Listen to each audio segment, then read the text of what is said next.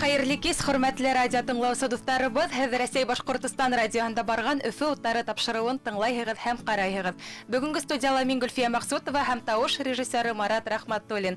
Һәм бүгенге студияла кунакта офтальмологтар Динар Хакимов һәм Сәйит Әминев. Һаумыгыз. Һаумыгыз. Бүген без һезнең менән әлбиттә күд авырулары турында, уларда нисек дәваларга һәм файдалы кәңәшләрдән ишеткебез килә. Безнең радио тыңлаучылар менән үзегез менән таныштырып үтегез әле.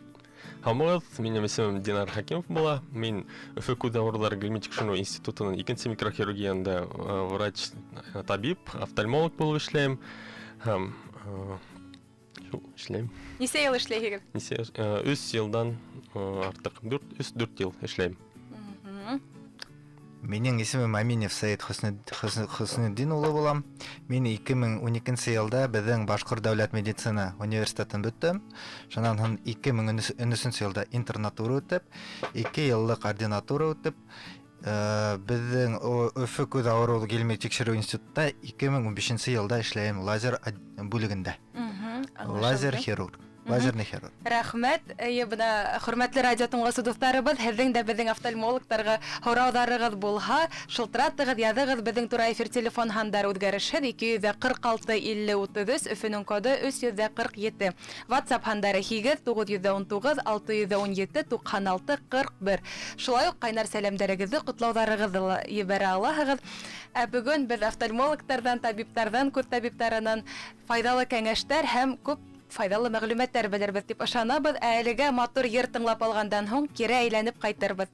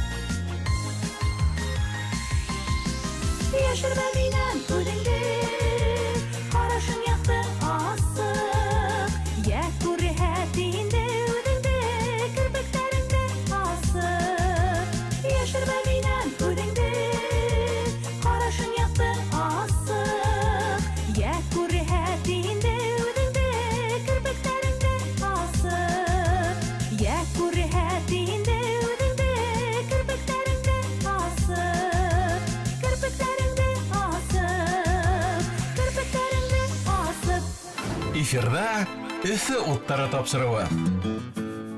Яңы кушылган дусларыбыз, һез Россия Башкортстан радионда барган Өфе уттары тапшыруын тыңлайһыгыз һәм карайһыгыз. Һәм бүген бездә кунакта офтальмологтар, без күз авырулары һәм дәвалауы турында һөйләшәбез. Бына тәүге һорауым, әлбиттә, элек күбрәк окулист дип әйтәләр иде бит инде кешеләр күз табибларын. Ә хәзер офтальмолог дигән һүз күбрәк кулланыла бит инде. Буның айырмаһы бармы, әллә айырмаһы юкмы? Нисек аңлатырһыгыз? Бу нимә менән бәйле гомумән әйткәндә? Күбенсә әйтеп китәргә ул офтальмолог бик нисек обширно тип Киң инде. кеңерәк определение кеңерәк дип әйтергә кирәк. Офтальмолог ул төрле авыруларны диагностировать итә һәм окулист ул халыкта килеп чыккан более элекке понятие. Элекке понятие әйтергә кирәк һәм ул окулист күбенсә кеше очки подбирать иткән, күзлектәр подбирать иткән кешеләрде окулист дип атайлар инде. Булай бик нык айырма юк дип әйтергә кирәк. Чөнки окулист, офтальмолог бер үк. Хәзерге көндә ул больше әйтәләр офтальмолог һәм оптометрист. То есть шундай бүлешү китте. Офтальмолог күз авырулары менән шөгыльләнә, оптометрист именно подбором күзлектәр подбирать итеп, улар больше оптика салондарында эшләйдер. Әйе. Аңлашылды. Һез күбрәк күз авыруларын тикшерәһегез инде шулай бит. Абына кеше мәгълүматтың 90%-ын күз аша ала диләр бит инде, яме.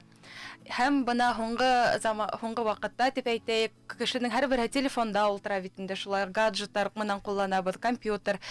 Һәм күз авырулары күбәйәме бына менән бәйле? Әллә бына кемдер әйтә бит инде китап уку да шулай ук зарарлы күзгә дигән фикер менән килешәһегезме? Гаджеттар күбәюе менән уның бер нимә эшләп тә булмай, потому что современный мирда ул уже безнең необходимый вещь. Шуңа күрә моны хәзер онлайн обучениелар күп үтә. Нимә менән нинди могут быть осложнениялар? Ул близорукость. Близорукость нимә ул? Моны алыстан күрмәй, якындан күрә. Шуңа күрә минусовой очки, линзы уларга без назначать итәбез. Һәм шуны әйтеп китәргә кирәк, гыйльми тикшеренүләр буенча 2050 елга Җир шарында кешеләрдән ханы, близорукость менән күрешлек менән авырган кешеләрдән ханы хатта 5 миллиардка итергә мөмкин дигән фикер бар. Һәм шуга ла хәзерге вакытта миопия пандемия дип атала.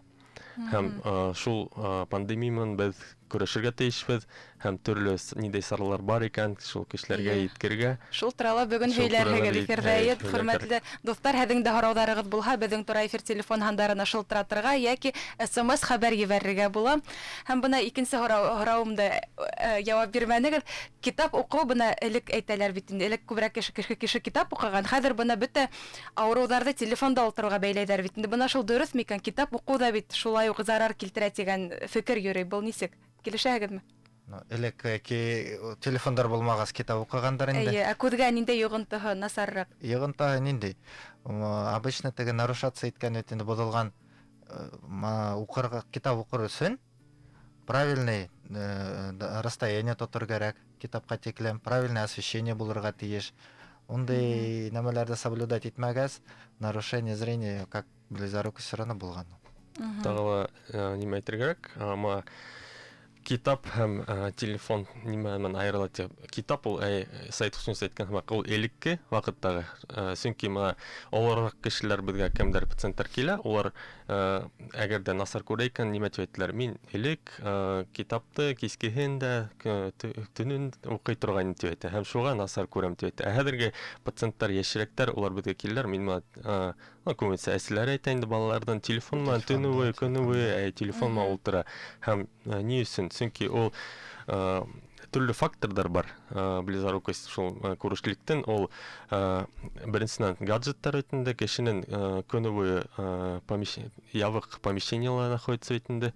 Һәм тышта күп йөрмәй, һава җитешмәй дип әйтергә кирәк инде. Һәм шуга күрә ошо миопия, күрешлек барлыкка килә. Элек китап булган, хәзер гаджеттар күрә инде. Китап әзрәк булган, шуга күрә гаджеттар арта бару менән близорукость күбәя бара. Бына гаджеттар тыйбыз, әмма бына бала саҡтан кеше гаджетта ултырмай бит инде. Ҡайһы кеше балаларҙың бына бәләкәй саҡтан күреү һәләте насар була. Был нимә менән бәйле? Генетикамы әллә икенсе сәбәп? Кешенең нәселе бәлки насардыр. Ни өсөн? Чөнки әгәр дә баланың ата-әсәһенең берәүе близорукость, күрешлек, әгәр дә күҙе насар күрә икән, ул 50%-тан артык балаһына күсергә мөмкин дип әйтергә кирәк. Шуңа күрә нәсел насар булһа, баланы тикшереп тору кирәк. Ул 100% булайык дип әйтеп булмый инде. Шуңа тикшереп тору кирәк һәм табиптарга мөрәҗәгать итеп тору кирәк. Бына баланың күрү һәләтен нисек һакларга һәм үстерергә бына нимә эшләр кирәк?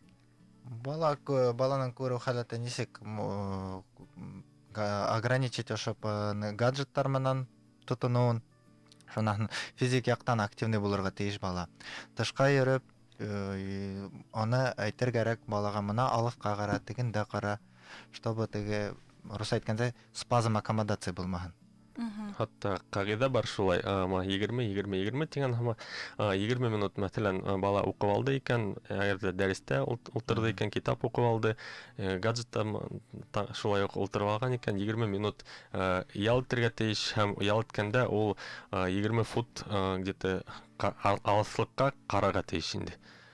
Шул вакытта күз ял итә, чөнки якынга караганда ул сайт өчен әйткән һәм спазмируется итә инде, напрягается инде, и алыска караганда ул киренсә ял итә, расслабляется инде.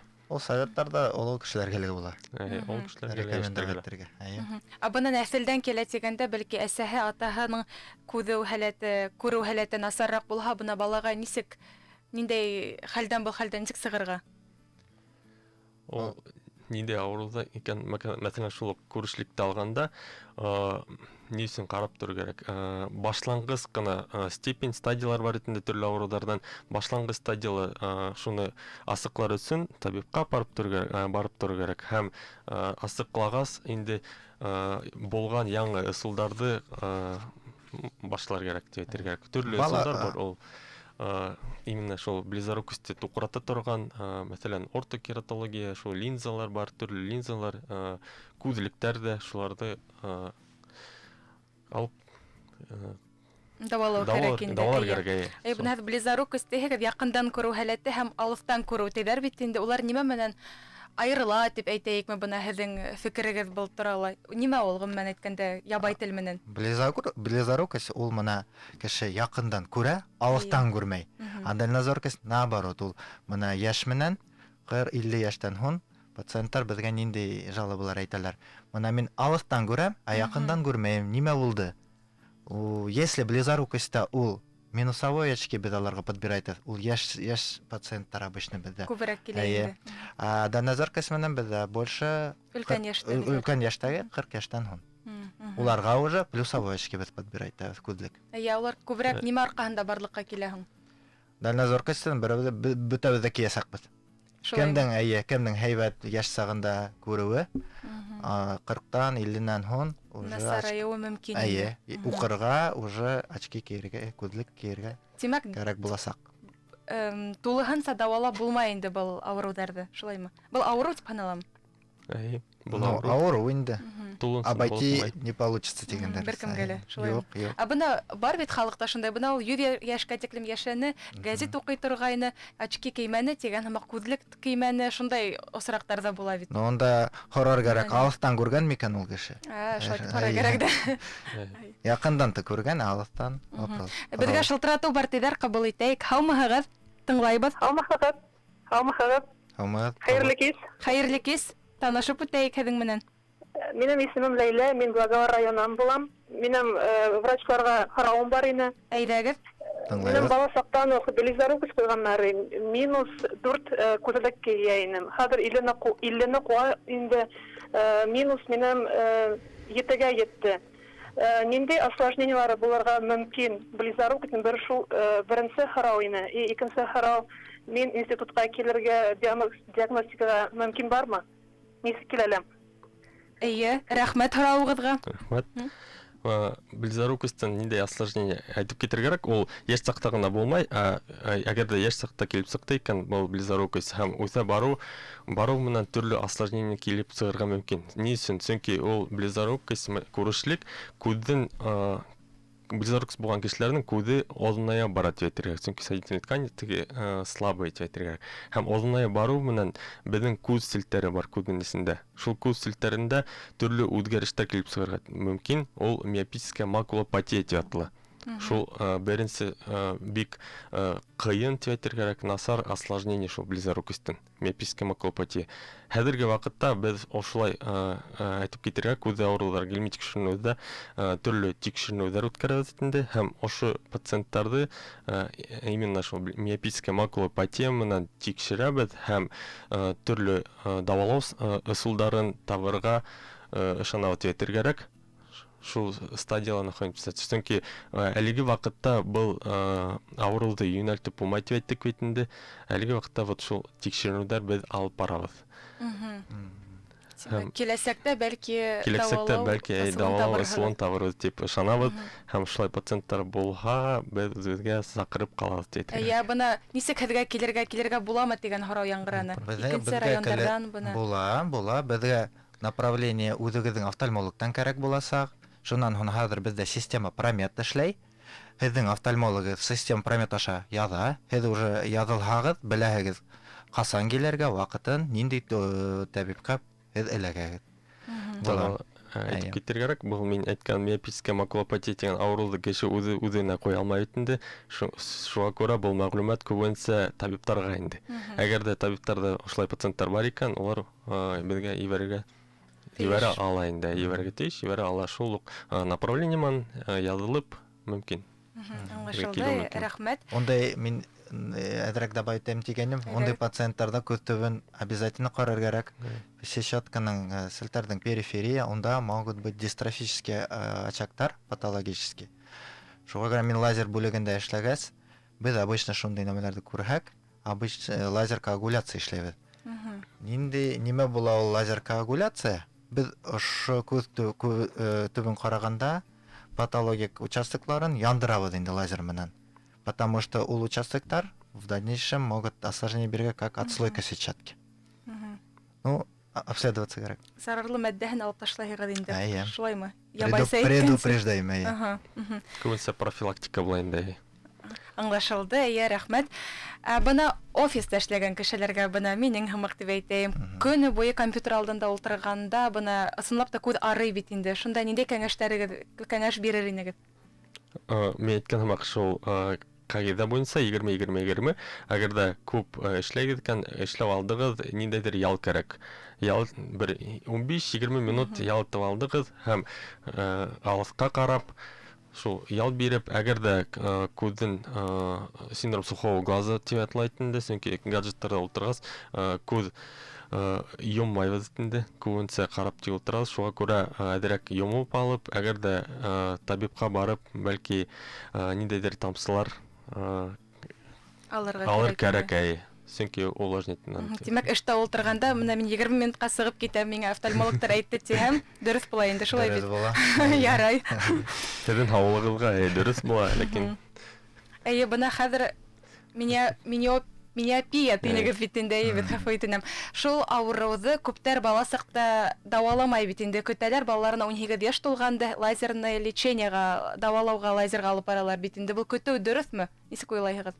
Әйе, ул көтү дөрес. Лазерная коагуляция, лазерное лечение, ул коррекция зрения по-другому. Уны 18 яшьтән эшләргә мөмкин. Эшләр алдыннан лазер коррекцияны пациент бездә полный тулы обследование үтәргә тиеш. Без карайбыз, буламы ул пациентка эшләргә, булмаймы. Если булмаясак, без аңлатабыз, нишләп булмай эшләргә. Нишләп булмаска мөмкин? Күбрәк ул менә бездә роговица дигән бар. Понятие. Роговица, күздә роговица бар. Шуның важное значение это толщина. Если пациенттың шул толщинага, киңлеге роговицаның минимальный, шул киңлеге етмәй операция үткәрергә. Шундый. Тағы айтып кеткенлек, көтөргә ярамай, көтөргәме икән дип һоранабыз инде. Көтөргә ярамай, лазерный именно коррекция 18 яшьтән генә эшләнә инде. Ысулдар, төрле ысулдар бар. Баланың әгәр дә 7 яшендәме близорукоз килеп сыкты икән, икенче ысулдар бар. Ул мен әйткән ортокератология, төрле тамсылар халырга мөмкин, капельтер можно инде һәм күҙлектәр кейергә тейеш бала. Сөнки әгәр дә ул 18 яшенә тиклем берендә дә ысымдар ҡабул итмәһә, тигән һымаҡ күҙлек кеймәһә, ул беҙҙең мозг тип шуға өйрәнә, күҙ күрмәгәнгә өйрәнә, һәм әлбиттә 18 яшы тулғас лазерный коррекцияла ярҙам итмәҫкә мөмкин. Ул амблиопия тип атала инде, уже ленивый глаз. Ялҡау күҙ. Ялҡау күҙ. Өйрәнә инде, тимәк, күҙ шулай бит. Күҙ түгел, ә именно мозг тип әйтәбеҙ инде. Мейеһе күрен, мейеһе. Бына мин уҡығайным, башҡорт офтальмологтарына йылдан-йыл мөрәжәғәт итеүселәр хатта сит илдән дә һаны күбәйә тигән, шул дөрөҫмө? Әлбиттә. Башҡорт офтальмологтарына. Сит илдәрҙән дә, яҡын илдәрҙән дә, республикалардан бөтә Рәсәйҙән дә киләләр. Һәм әлбиттә ҡабул итәбеҙ. Бының сәбәбе нимәлә? Һеҙ иң яҡшыларымы? Беҙ шулай тип уйлайбыҙ. Шулай тип уйлайбыҙ беҙ. Бына беҙгә бала саҡтан, бала саҡтан беҙгә өйрәтәләр бит. Бына ҡарағат күберәк аша, кишер ашаһаң күҙең һәйбәт күрә. Һеҙ быныман килешәһегеҙме әллә был шундай буш хәбәрме? Нисек динаралаш уйлайым? Күбенсә, мин уйланса, ул күбенсә әҙерәк буш хәбәр тип әйтергә, сөнки тик ашау менән генә тип, витаминдар ашап ҡына күҙҙе дауалап булмай, ҡыҙғанысҡа ҡаршы.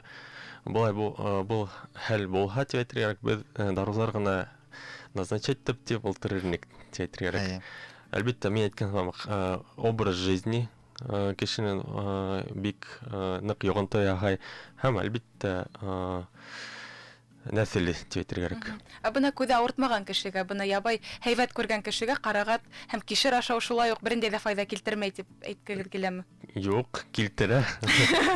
Күҙгә. Ләкин ул кешенең күҙе былай ҙа һәйбәт күрә бит инде. Ул витамин ашап нисектер еще нығыраҡ тип күреп китә алмаясаҡ. Поддержать итергә. Һәм килешәһегеҙ инде шулай. Для поддержания инде кәрәк бу. WhatsApp-ка ла хәбәрҙәр килеп еткән, уҡып китәйек. Минең 22 йәшлек улымдың миопия күҙе -9,5-дан артыҡ. Линза кейһәм күҙем кибә тип зарлана. Шәхси клиникаға, офтальмологтарға барғайны, ашҡаҙан эсәк ағзаларын тикшерергә тәҡдим иткәндәр. Тик тикшереүҙәр һөҙөмтәһе буйынса барыһы ла яҡшы. Күҙҙең кибеүенә вейп тартыу йоғонто яһаймы икән? Улым шул насар ғәҙәтен зарарһыҙ дип уйлай. Күҙгә ҡарата ғәйебен тапмай тигән. Шундай һорау. Минең уйлауымса, был ситуация тип кешене был 20 йәшлек егеттен ул вейп өсөн түгелдер, бәлки Сәйет Ҡотчинов әйткән һымаҡ күҙ мөгөҙлөгө, роговицаның киңлеге әгәр дә шулай уҡ кәм булһа, беҙҙә синдром сухого глаза була инде. Һәм ул кешеләргә контактный линза кейергә бик ҡыйын була. Бәлки уға күҙлек кейергәрәктер, әгәр дә мөмкинселек булһа ғына лазерный коррекцияны тырышып ҡарарға. Ул тик тикшеренгәс кенә инде. Күҙ кибеү ауырыуы ул мына ошо тәмәке тартыу, вейп тартыу, шунан кемдәр эшләй саңлы урындарда йыш ҡына шулай итеп беҙгә зарланалар инде. Тимәк, йоғонтоһо бар инде. Бар. Бына Руса хәбәре килгән. Йәш саҡта миңә яҡындан күреү насар тип әйтәләр ине.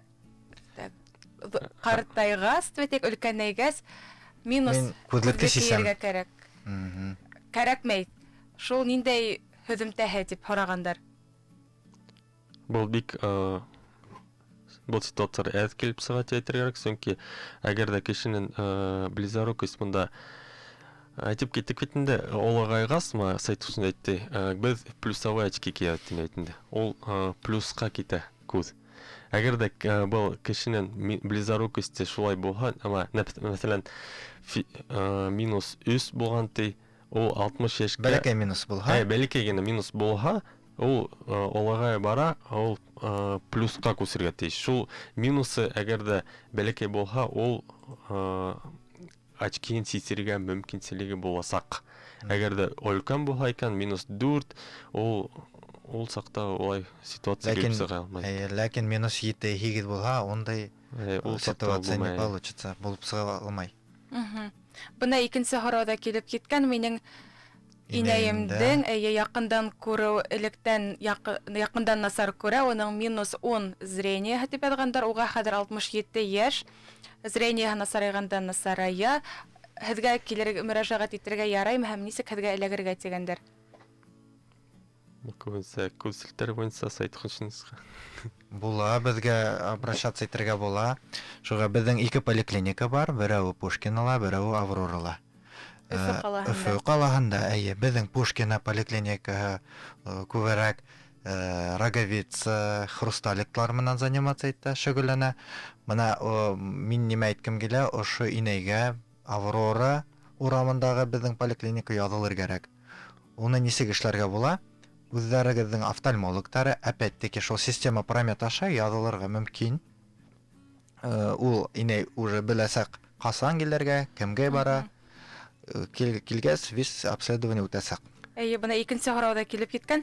Шулай ук һорау, һуң гына эфиргә карай башланым. Был офтальмологтарга нисек эләгергә, юллама кәрәкме, әллә түләүле һезгә эләгеп буламы дигән. Алмагыз, безгә булай да эләгеп була, түләүле эләгеп була. Тип направление. Направление менән офтальмолог таша. Түләүле безнең колл-центр дигән, бездә колл-центр бар, шул колл-центрга мөрәҗәгать итеп эләгеп була. Шылтыраталы, язылырга була. Безгә шылтырату бар дидәр, Хәерле кис, тыңлайбыз. Хәерле кис, саламыз. Исем Хадис Бузактан булам. Минем шундай һорауым бар. Минем эшем компьютер менән бәйле. И вот эштә утырганда ничектер 1-2 елда уже зрением нык бозылды. Күзлекте кия башладым. Ничектер зрением все равно төшеп бара. Таны ничек поддерживать итәргә дип әйтәм микән. Шу бозылмасын бөтен. Аңлашылды, рәхмәт. Рәхмәт һорауыгыз өчен. Нисә яшьтә тине безнең радио тыңласы? Яшь тавышы. Монда карар кирәк, күзлек дөрес подбираться ителгәнме или юкмы? Если күзлек дөрес подбираться итмәһә, конечно, аның күрү халаты төшәсәк. Насар йогынты яһалыр мөмкин кире. Шуга күрә безгә килергә була. Без карайбыз, вис эшләрбез. Бына гомумән әйткәндә, тап килмәгән күзлек кию нисек, ниндәй йогынты яһай? Бына гаиләлә күп кеше бит инде бер-беренең күзлеген кия, кана биреп тора әле дигән һәм бына шулай яраймы? Әллә нисек уйлайһыгыз, һезнең фикерегез?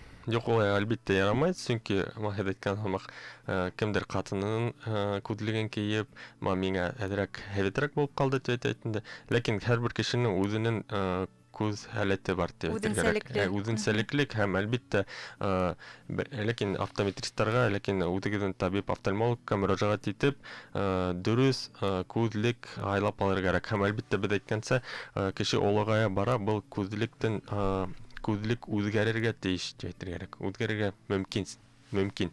Һәм әлбәттә, ярты елга бер тип без тәкъдим итәбез, тикшеренеп тору кирәк. Шулай. Аңлашылды. Бына һезгә ниндәй күз авырулары менән ешрак мөрәҗәгать итәләр? Ешрак әлбәттә без әйткәнчә күрешлек, ул близорукость, чөнки эфирның башында әйткән һәм ул пандемия битендә, хәзерге вакыттагы һәм әлбәттә катаракта битендә без шул катарактаны оперировать итәбез. Ул хрусталикта алмаштырабыз һәм глаукома һәм күз селтәренең төрле авырулары, хәтта вот күрешлектән близорукостьтан вот миопическая маклопатия, шулай авыруларны күбенсә катаракта, глаукома һәм близорукость. Минең яктан мин лазер бүлегендә эшләгәс, мин больше сетчатка авырулары менән күрешәм. Онда нимә может быть? Менә кан һавы, отслойка сетчатки, воспалительные явления булырга мөмкин. Больше күбрәк бездә пациентлар шәкәр авыруы менән. Улар менән әзрәк кыйнарак. Ничек инде ул минең шәкәр авыруым күземә бирде. Нишләп мин насар күрә башладым? Потому что шәкәр авыруы ул системный. авыру. Кайда бездә кан тамырлары бар, шунда ул зыяны тия. Лазер коррекциясына нисек әзерләнергә? Ул Динар Азатович, наверное, әйтер, Динар Азатович. Больше инет. Лазерный коррекция нисек әзерләнергә, сөнки әлбиттә диагностика үткәрәбез, ул күз мөгезсезлеген карайдар битендә, киңлеге ниндәй икән, әгәр дә позволяет икән, операция мөмкинчелек бар. Тагыла күз селтәрен карарак битендә, глазной дно, сетчатка битендә, онда әгәр дә ниндәйдер үзгәрешләр булса, кайһы вакытта хатта бу лазерный коррекция эшләп булмай. Шуга бик нык тикшерергә кирәк әйтергә инде. Һәм әлбиттә ничек әзерләнергә кирәк. Әгәр дә кешенең күвенсә ул близорук кешеләр өчен һәм күз алдына бару менән күз селтәре бик нык киңлеген югалта дип әйтергә кирәк. Һәм әзерләнгән чакта без бу кешеләргә шулай ук лазерная коагуляция сетчатканы тәкъдим итәбез. Периферическая лазерная коагуляция сетчатки дип аталып инде. Ул вот әйтеп киттек бит инде, профилактика, отсойка сетчатканың профилактикаһы булып тора. Шуның исеме профилактическая лазер коагуляция сетчатки дип атала. Күрештектән лазер менән котылып буламы? Әллә уның кире яктары ла бармы? Лазерның. Лазерның күвенсә котылып була, әгәр дә кешенең күзе бага подходит дип әйтәбез инде. Бу лазерный коррекция һәм кеше һәйбәт күрәсәк, һәм әлбиттә һәйбәт барыла һәйбәт булсак дип. Кире йогынтыһы тимәк юк инде. Күвенсә юк. Күвенсә юк дип. Әлбиттә һәрбер нәмәнең кире йогынты булырга мөмкин, но күвенсә юк. Күвенсә. Бына кояштан һаклай торган күзлек киеү ел әйләнәһе кәрәкме? Бына хәзер мода бит инде шулай бит. Кышкыһында күзлек киеп йөриләр, кояштан һаклай торган, йәйгәһендә. Бу кәрәкме, әллә һез ниндәй тәкъдим итер инегез? Күзлек киергә яраткан кешеләргә. Олы яшьтәге пациентларга мин әйтер идем, кирәк. Яшьтәргә по возможности дип әйтәйек. Бына мин ишеткәнем күзгөһен кыймәскә дигән фикердә, сөнки күзгөһен кояштың нурлары файдалы күзгә дигән. Бу дөресме әллә юкмы? Мин аны менән не согласен. Килешмәйм. Монда больше значение имеет кояштың менә ультрафиолет излучение. Ул сетчаткага пагубно влияет итә. Шуга күрә олы яшьтәге пациентларның ул менә күр нурлары үтә роговица аша, хрусталик аша, и шуннан сетчатка килгәндә күз нуры. И хрусталикта 40 яшьтән һон изменениялар була башлай. Катарактальное явление, шуга ул ошо ультрафиолетты уже насар тота. Шуга күзлек кояштан күзлекләрдә мин советы киерге. Һәм шулай авыру бар. Шылтырату кабул итәйек, һаумыһыз? Саумысыз, сезгә уңышлар теләйем, дип передача. Минем сорау бар докторларга. Әйдәгез. Менә минем оң күздә, сул күздә операция ясалды. Шуннан артын Уфага барып, мин лазердан бер күзне асистент иттеләр. Мине правый глазаны сетчаткалар алама диделәр. Хәзер минем бер оң күз якыннан күрә, шул күз ерактан күрә. Шушы күзләргә аски подбирать итеп буламы, юкмы? Рәхмәт. Рәхмәт. Безнең әз генә вакыт калды. Мин аңланым, бер күзе инәйдән операция эшләнгән, шуннан һәм хрусталигын алыштыргандар, хрусталикты шуннан лазер мататкандар. Икенче күзе менән проблема сетчатки тинем. Бәлки возрастная макулярная дегенерациялар. Дип уйлыйм. Була нишләп ундай пациентларга тоже була подбирать күзлек. Но карар кирәк шул проблемный күзен сетчатканы караштырырга кирәк. Нишләп ул булмай? Булай явап әйтергә кыен. Күрмәенсә, әлбиттә. Будет возможность ул пациентка ярдәм итәргә, юкмы? Аны только карап кына әйтергә була. Я рәхмәт, бuna ишеткәнем төнгө линзалар хәзер бар икән. Шулай бит. Ортокератологический линза дип атала. Буга тиклем ишеткәнем юк иде. Буна уның файдаһы бармы? Нимә өчен кирәк? Әлбиттә ул файдалы. Ул безнең башта әйттек бит инде, ул близорукость туқратып тора торган бер ысулдың береһе. Шуңа күрә балаларга без тәкъдим итәбез был төндә кия торган линзалар. Ул ночные линзы дип аталганда халыкта, безнеңчә ул ортокератологический линза. Ни өчен? Чөнки ул линза киелә күздән күз мөгезлегенә һәм ул формаһын алмаштыра. Мөгезенең күз мөгезлегенең роговицаның. Һәм шуңа күрә изображение фокусируется именно күз селтәренә. Күздән озыная баруы ул туқрата. 2% артык дип әйтергәрәк, доказано, что был ысул файдалы дип әйтергәрәк. Нинди плюстары бар ошо линзаларның? Мына бала уянгас, ул линзаны сисә, көне буе линзала кеймәк, күзлек тә кеймәй, но күрүе күзлек һәмак буласак, линзала һәмак. Хатта 100%, 100%-ка итергә мөмкин. И мына финанс ягынан да караганда, бул линзалар 1 елга даже как-то дешевле сыга. Лучше, һәйбәт вариант. Һәйбәт вариант. Әлеге вакытта бик файдалы. Бына кайһы кешеләр көндез һәйбәт күрә, караңгы төшә насар күрәләр. Бу нисек bundan котылырга? Көндез насар күрә? Көндез һәйбәт күргән кешеләр төндә бына руль артында насар күрәбез дигән вакыттар бар бит инде бына шул хәлдә нимешләргә. Нисек аталау? Анда төрле авырулар могут быть. Может быть, ретинальная биотрофия сетчатки, яшенә карап пациенттың, если может быть и катаракта андай кешеләрдә булырга. Булырга может, катаракталар шундый жалобалар менән киләләр безгә пациенттар.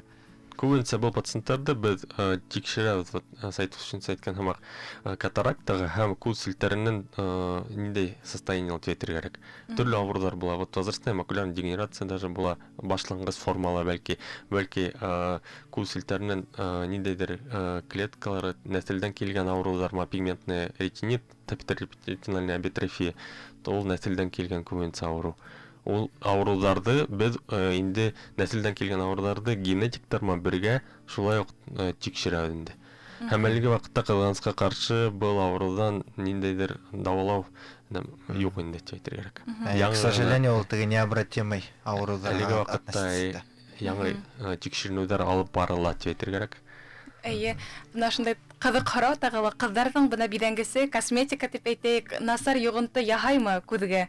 Бuna хәзер кирпек эшләтәләр бит инде, бuna шундай хәлдәр булганы бармы һәзергә мөрәҗәгать иткән шундай? Бик күп бик күп. Менә травмпунктта дежур иткәндә булганнары бар менә. Нинди миндә пример булды. Дежурствола килде кыз 25 яшьтә, ресница үстергән. Үстергән, икенче көнне аның туе булырга тиеш.